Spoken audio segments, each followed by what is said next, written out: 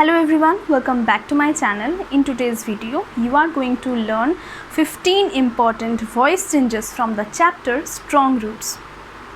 আরেকটা কথা বলে রাখি, যারা ধরো ভাবছো যে ভয়েস চেঞ্জ করতে পারো না, তারা আজকের ভিডিওটা দেখো।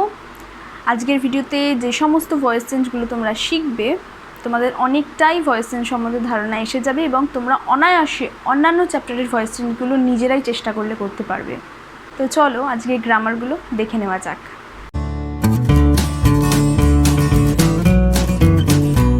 কোয়েশ্চেন নাম্বার 1 দেখে নিচ্ছি। কোয়েশ্চেন নাম্বার 1-এ বলছে হি possessed a great innate wisdom and a true generosity of spirit। আমরা যখনই ভয়েস চেঞ্জ করি আমরা কী করি, প্রথমে সাবজেক্টটা দেখি। এখানে সাবজেক্ট হচ্ছে হি, ঠিক আছে। আচ্ছা, ভার্ব কোনটা? possessed। আর এই যে আ great innate wisdom and a true generosity of spirit, এই পুরোটাই কিন্তু অবজেক্ট, ঠিক আছে। আমাদের কাজটা হলো অবজেক্টটাকে বাক্যের প্রথমে লিখতে হবে, তাই তো।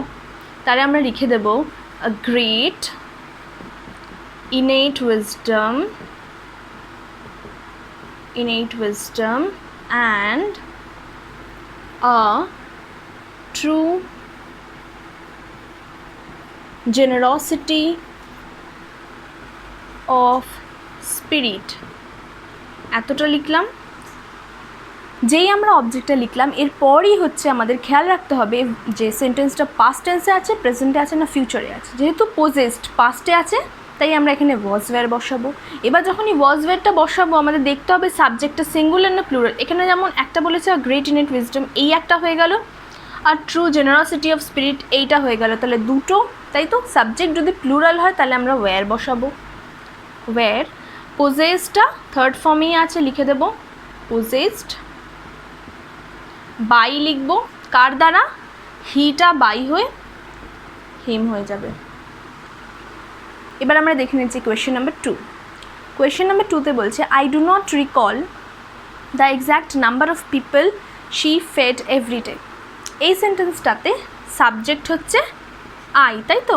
আই হচ্ছে সাবজেক্ট, ডু নট রিকল এই পুরোটাই হচ্ছে ভার্ব, আর the exact number of people she fed everyday এই পার্টটা হয়ে যাচ্ছে অবজেক্ট। তাহলে আমাদের প্রথম কাজটা হলো অবজেক্টটাকে সেন্টেন্সের ফার্স্টে লিখবো। তাহলে আমরা লিখব the exact number of people she fed every day।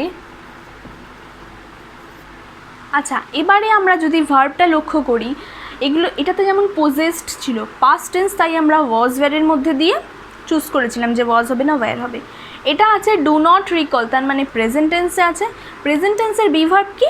Am, is, আর, ঠিক আছে।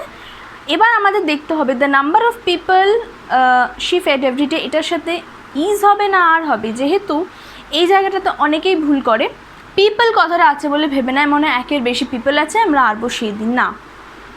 আমাদের সবসময় পেছন দিকে যাই থাকুক, সামনের দিকটা মানে খেয়াল রাখতে হবে। এখানে আছে কি? The number. এই যে নাম্বার কথাটা আছে এটা কিন্তু সিঙ্গুলার হয়ে যাচ্ছে, ঠিক আছে। একটা নাম্বার বোঝাচ্ছে। The number of people she fed everyday.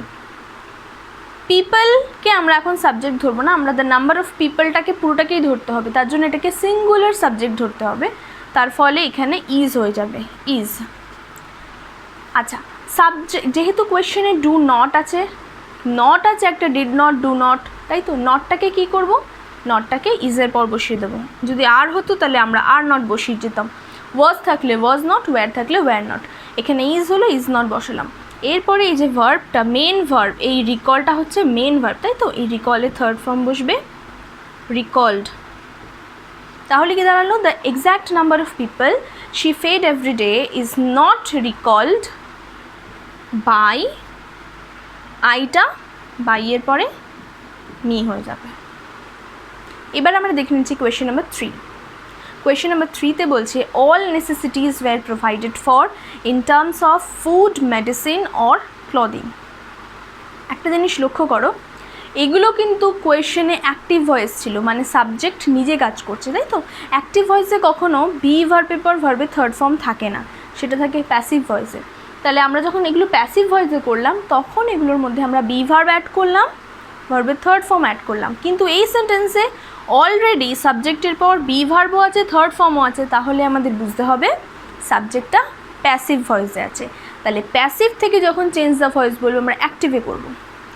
আচ্ছা, অ্যাক্টিভে যখনই করব আমাদের কি করতে হয়? সাবজেক্ট অবজেক্ট রিপ্লেস করতে হয়, তাই তো? এক্ষেত্রে তো আমরা বুঝলাম অল নেসেসিটিসটা সাবজেক্ট, কিন্তু বাই বলে এখানে অবজেক্টটা নেই, তাই তো? অবজেক্টটা আমরা এখানে দেখতে পাচ্ছি না। তাহলে কি করতে হবে? আমাদের একটা অবজেক্ট অ্যাজিউম করে নিতে হবে। তো আমরা এখানে সামওয়ান লিখলাম।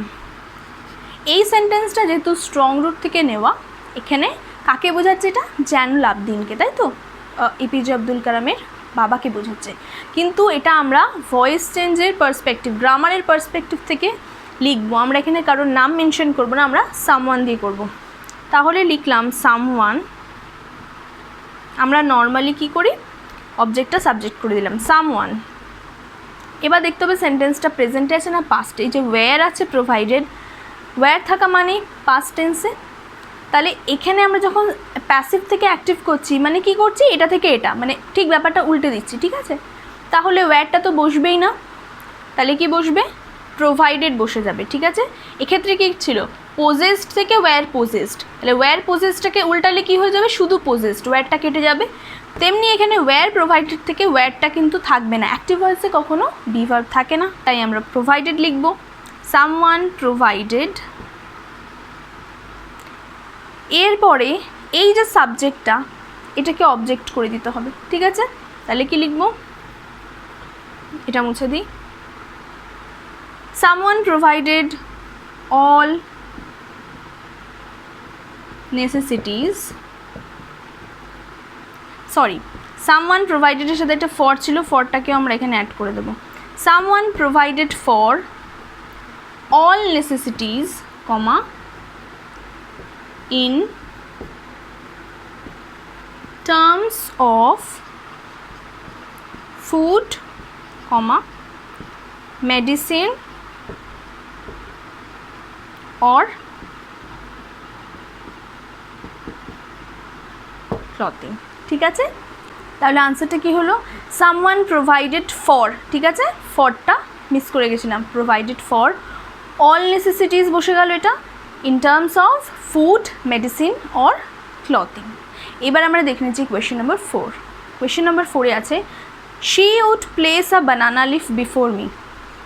সে একটা কলা পাতা আমার কাছে পেতে দিল, তাই তো? পেতে দিত, যেহেতু উড আছে। তো শিটা এখানে কি? সাবজেক্ট। আচ্ছা, উড প্লেসটা পুরোটাকেই আমরা আপাতত ভার্ব ধরি। আর কি পেতে দিত, কি রাখতো আমাদের সামনে? বানানা লিফ। তাহলে এই বানানা লিফটুকু আমাদের ধরতে হবে অবজেক্ট। বিফোর মিটা এখন আমরা অবজেক্ট হিসেবে ধরবো না, ঠিক আছে? এবার আনসারে কি হবে? অবজেক্টটাকে আমরা প্রথমেই লিখে দেবো। তাহলে লিখব আ বানানা লিফ, লিখলাম।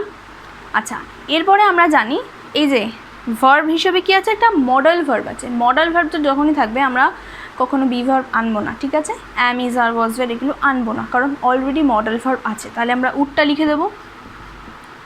এবার উডটা শুধু লিখে দিলেই চলবে না, মডেল ভার্বটা লিখলাম যখন, তার সাথে একটা বি বসাতে হবে। যে কোনো মডেল ভার্বই হোক।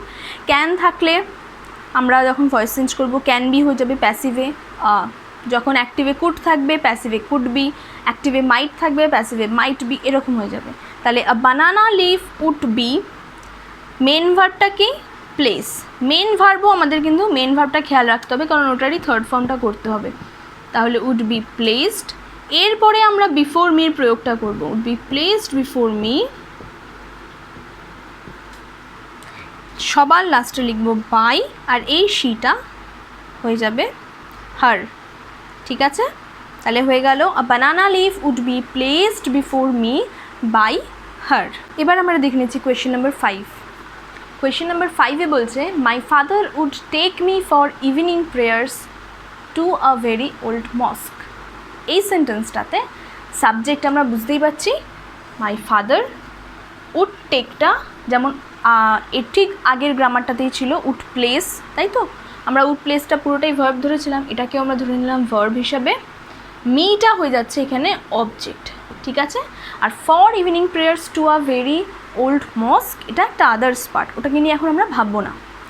প্রথমে আমরা অবজেক্টটাকে সাবজেক্ট করে দেবো, সাবজেক্টের জায়গায় লিখবো, তাহলে মিটা আই হয়ে বসবে, আই।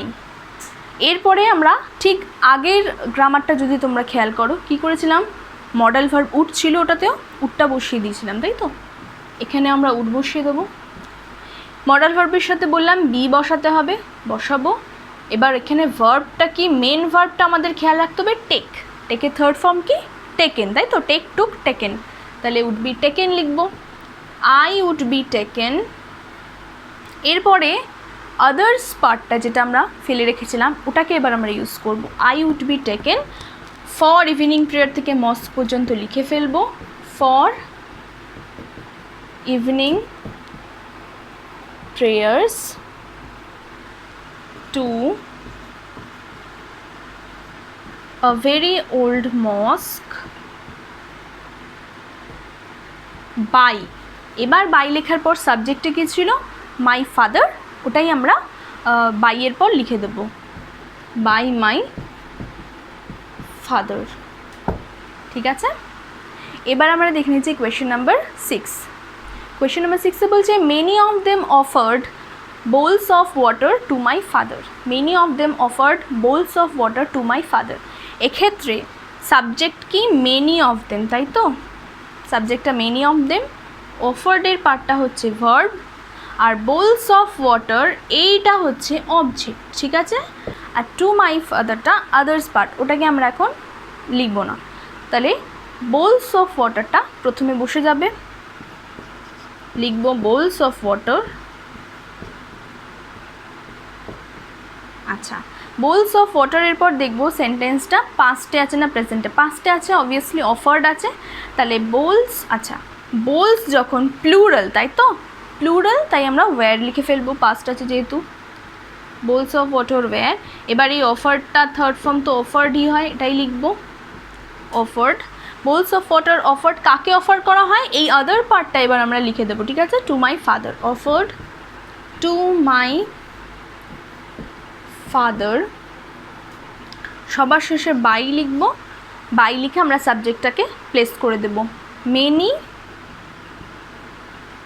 Of them. তাহলে আনসারটা দাঁড়ালো bowls of water were offered to my father by many of them. এবার আমরা দেখে নিচ্ছি কোয়েশ্চেন নাম্বার 7। কোয়েশ্চেন নাম্বার 7-এ বলছে this water was carried home for invalids. এই সেন্টেন্সটাতে লক্ষ্য করো সাবজেক্টের পর কিন্তু ডাইরেক্ট মেন ভার্ব নেই, একটা বি ভার্ব আছে ওয়াজ, আর মেন ভার্বের থার্ড ফর্ম। তাহলেই বুঝে নিতে হবে বি ভার্ব আর ভার্বের থার্ড ফর্ম কোন সেন্টেন্সে থাকে? প্যাসিভ ভয়েসে, তাই তো? তাহলে এই সেন্টেন্সটা অ্যাকচুয়ালি প্যাসিভ ভয়েসে আছে, এটাকে আমরা অ্যাক্টিভে কনভার্ট করব, ঠিক আছে? অ্যাক্টিভে কনভার্ট করতে গেলেই আমাদের একটা অবজেক্ট লাগবে, কিন্তু এখানে কোনো বাই বলে মেনশন করা নেই। তাহলে আমরা ধরে নেব, আচ্ছা ওয়াটার কারা ক্যারি করতো? স্ট্রং রুট থেকে নেব, কারা ক্যারি করতো? এখানে আমরা শুধুমাত্র সামওয়ান, একজন তো ক্যারি করতো না, অনেকে ক্যারি করতো, তাই জন্য আমরা পিপল লিখবো, ঠিক আছে? পিপল আমরা এখানে লিখে দিচ্ছি, পিপল। এবার আমরা জানি যখন অ্যাক্টিভে আসে তখন আমরা ভার্বটা, বি ভার্বটাকে কেটে দেবো, তাহলে নর্মালি কী পড়ে থাকে? এটা ভার্বের থার্ড ফর্ম, মানে ভার্বের থার্ড ফর্ম হিসাবে ক্যারিড আছে, কিন্তু আমরা যখন এখানে বসাচ্ছি নর্মালি কিন্তু এটা ভার্বের সেকেন্ড ফর্ম, ঠিক আছে? সেম দেখতে, তাই জন্য মনে হয় সেম, কিন্তু এটা ভার্বের সেকেন্ড ফর্ম আর এটা ভার্বের থার্ড ফর্ম। তাহলে পিপল ক্যারিড, এবার কি এই যে সাবজেক্ট দিস ওয়াটারটা এখানে বসে যাবে, তাহলে কি হবে? People carried this water, people carried this water home for invalids.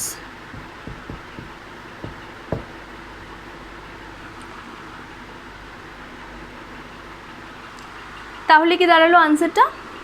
people carried this water home for invalids. এবার আমরা দেখে নিচ্ছি কোয়েশ্চেন নাম্বার 8। কোয়েশ্চেন নাম্বার 8 বলছে I asked my father about the relevance of prayer.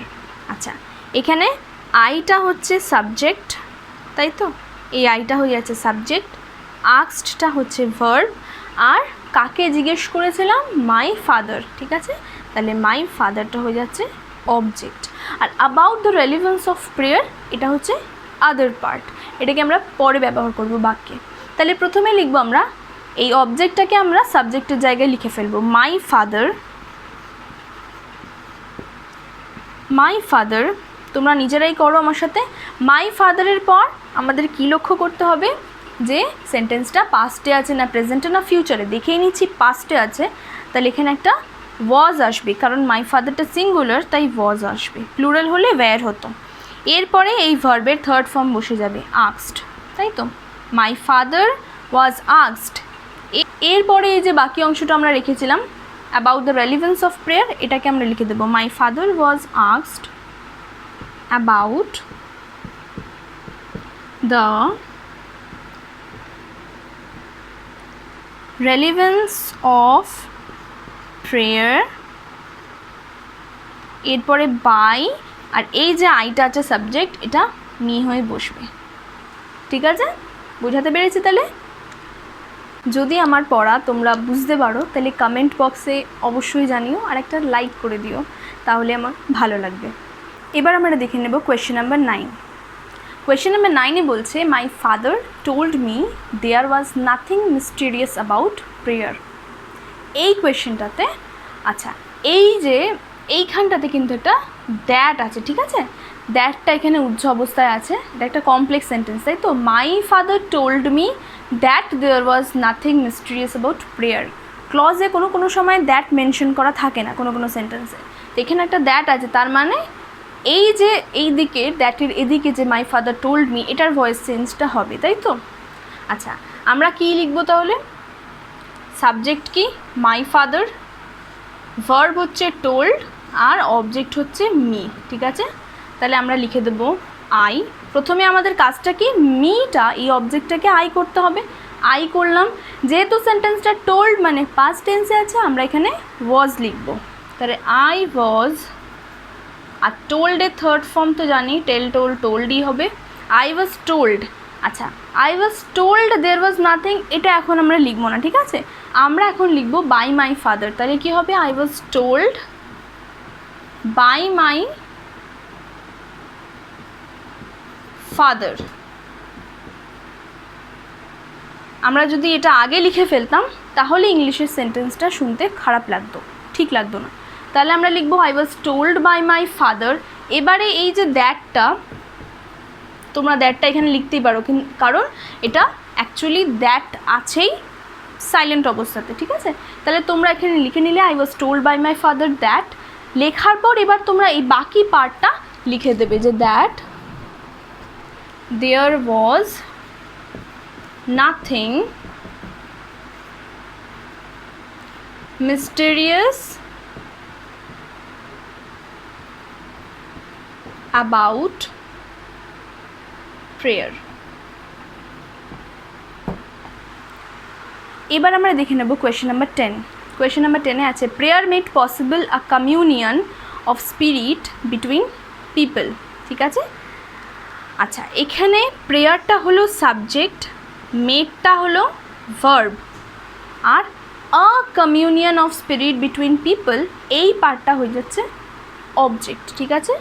এই পার্টটা হচ্ছে object, পসিবলটা কিন্তু object না।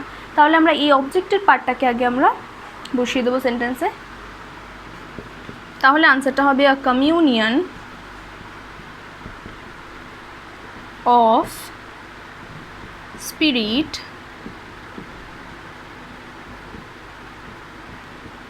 Between people.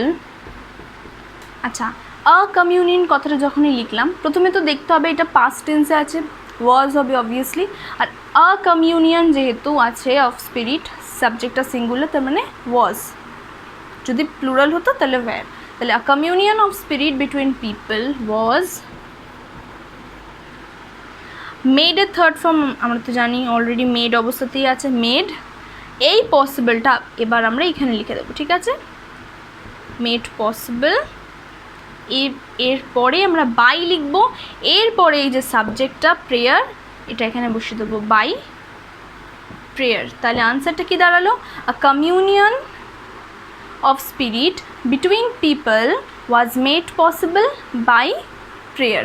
এবার দেখে নেব কোয়েশ্চেন নাম্বার 11। কোয়েশ্চেন নাম্বার 11-এ বলছে my father could convey complex spiritual concepts in very simple down to earth Tamil. ভালো করে বোঝো, আবার মডেল ভার্ব এসছে কিন্তু, ঠিক আছে, যেরকম আমরা উড দিয়ে করেছিলাম এটা কুড দিয়ে। তো প্রথমে এটা হচ্ছে subject my father, could convey এই পার্টটা আমরা জানি ভার্ব, আর কমপ্লেক্স স্পিরিচুয়াল কনসেপ্টস, ঠিক আছে, এই পার্টটা হচ্ছে অবজেক্ট। আর in very simple down to earth Tamil এটা আদার্স পার্ট। তো আমরা আদার পার্টটাকে এখন ধরছি না, আমরা এখন বাকিটা করে নিই। তাহলে কমপ্লেক্স স্পিরিচুয়াল কনসেপ্ট যেহেতু অবজেক্ট, এটাকে আগে আমরা লিখব কমপ্লেক্স স্পিরিচুয়াল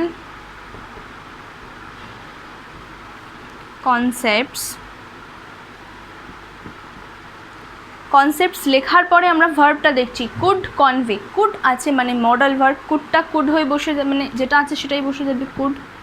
আর মডেল ভার্ব যখনই বসে তখনই প্যাসিভে একটা বি বসে, তাই তো, কুড বি বসে গেল। এবার এই যে মেন ভার্বটা কনভে, এই মেন ভার্বটা থার্ড ফর্ম কী হবে? কনভেড, ঠিক আছে। Complex spiritual concepts could be conveyed, এরপরে কনভেড লেখার পর যখন আমরা ভার্বের থার্ড ফর্ম লিখছি তখন আমরা বেশিরভাগ ক্ষেত্রে আদার্স পার্টটাকে ইউজ করি, তাই তো। তাহলে কনভেড লেখার পর লিখব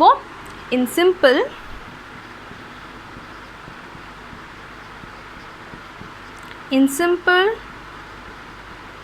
down to earth Tamil by, এরপরে লিখব বাই মাই ফাদার, ঠিক আছে। তাহলে কি দাঁড়ালো? Complex spiritual concepts could be conveyed in simple down to earth Tamil by my father. এবার আমরা দেখে নিচ্ছি কোয়েশ্চেন নাম্বার 12। কোয়েশ্চেন নাম্বার 12-এ বলছে adversity always presents opportunities for introspection, ঠিক আছে। এই সেন্টেন্সটা ভীষণ ইম্পর্টেন্ট, ঠিক আছে। এই সেন্টেন্সটা দিয়ে আমি মনে হয় অ্যাফার্মেটিভ নেগেটিভও করিয়েছিলাম। গ্রামারের জন্য প্রত্যেকটা গ্রামারই ইম্পর্টেন্ট, যে কোনো গ্রামারের রুলসে এবং কোয়েশ্চেন আনসারের জন্য ইম্পর্টেন্ট। তো এখানে সাবজেক্ট হচ্ছে অ্যাডভার্সিটি, প্রেজেন্টস হচ্ছে ভার্ব, আর অপরচুনিটিসটা হচ্ছে অবজেক্ট, আর ফর ইন্ট্রোস্পেকশনের পার্টটা হচ্ছে আদার্স। তো আমরা প্রথমে অপরচুনিটিসটা লিখব, ঠিক আছে, যেহেতু ওটা অবজেক্ট। তো লিখে দিচ্ছি আমরা অপরচুনিটিস। আচ্ছা, অ্যাডভার্সিটি অলওয়েজ প্রেজেন্ট, সেন্টেন্সটা দেখো প্রেজেন্টস আছে, তার মানে প্রেজেন্ট টেন্সেই আছে, তাই তো। তাহলে আমরা এখানে কি করব? অপরচুনিটিস প্লুরাল আছে বলে সাবজেক্ট এখানে আর করে দেব। অপরচুনিটিস আর অলওয়েজ, অলওয়েজটা লিখে দেব অলওয়েজ। এবার আমরা ভার্বের থার্ড ফর্ম, প্রেজেন্টের থার্ড ফর্ম কী হবে? Presented. Opportunities are always presented, এই যে ভার্বের থার্ড ফর্ম লিখলাম, এরপরে আমরা আদার যে পার্টটা রেখেছিলাম ওটাকে লিখে ফেলব। ফর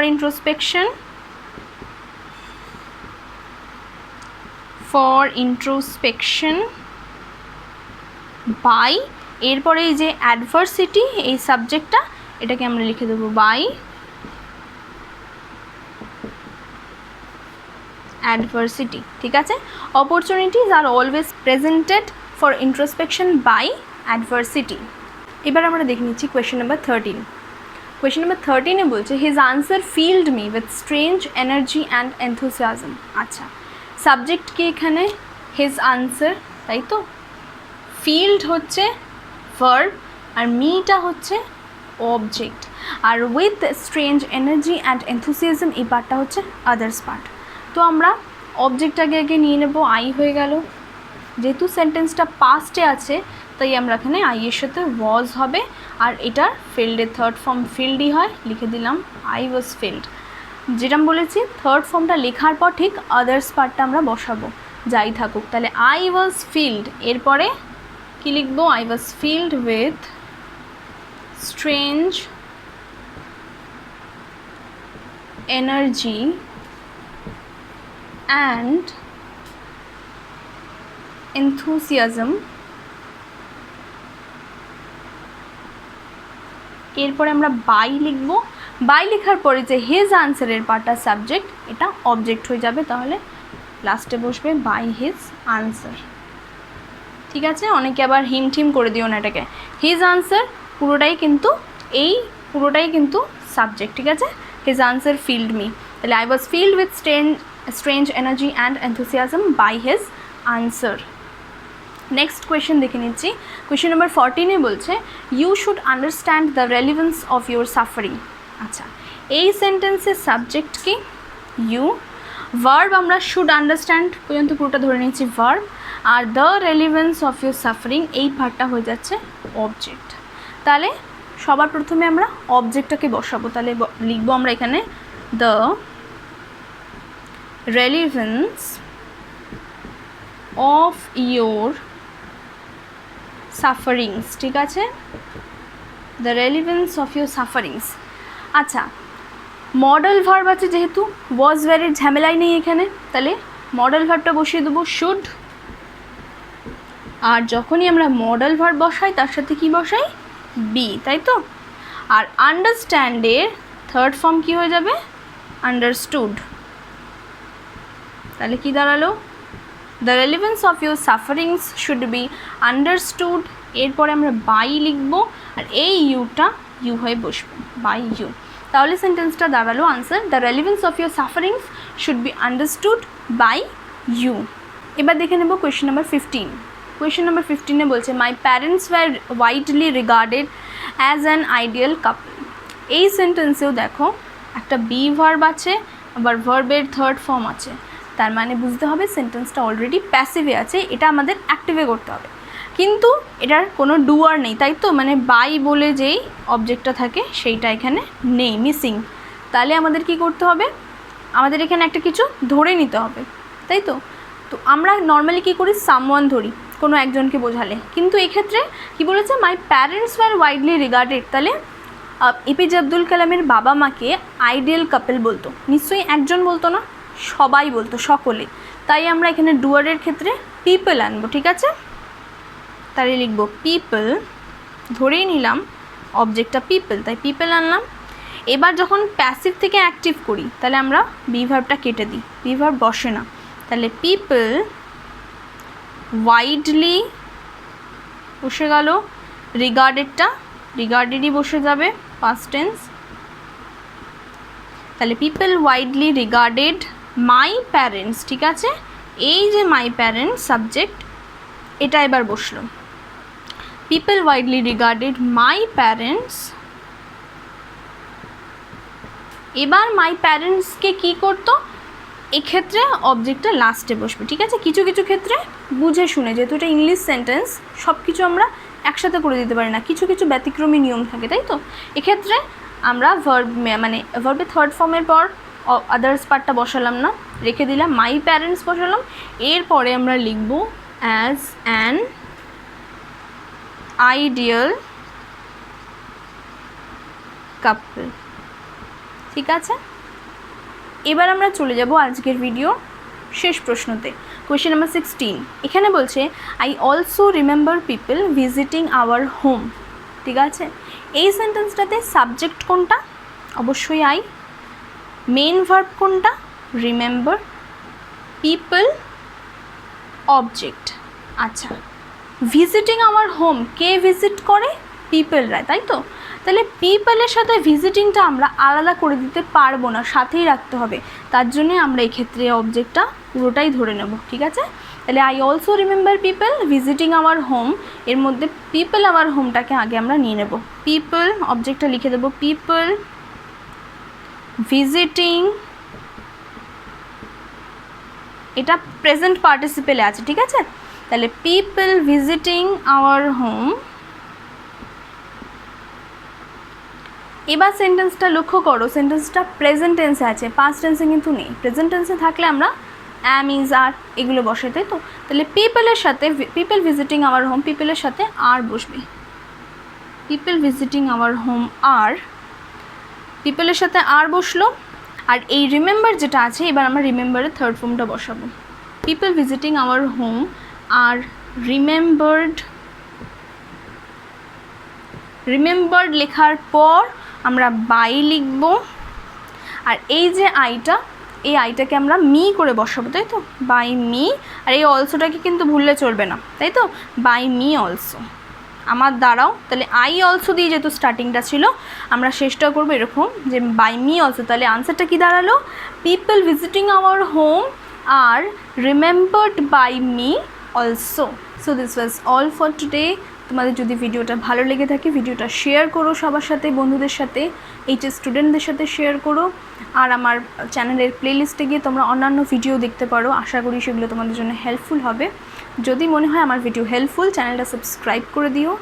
আর যদি আমার পড়ানো বুঝে থাকো, ভালো লেগে থাকে, অবশ্যই একটা লাইক করে যেও, তাহলে আমার ভালো লাগবে। Thank you for watching.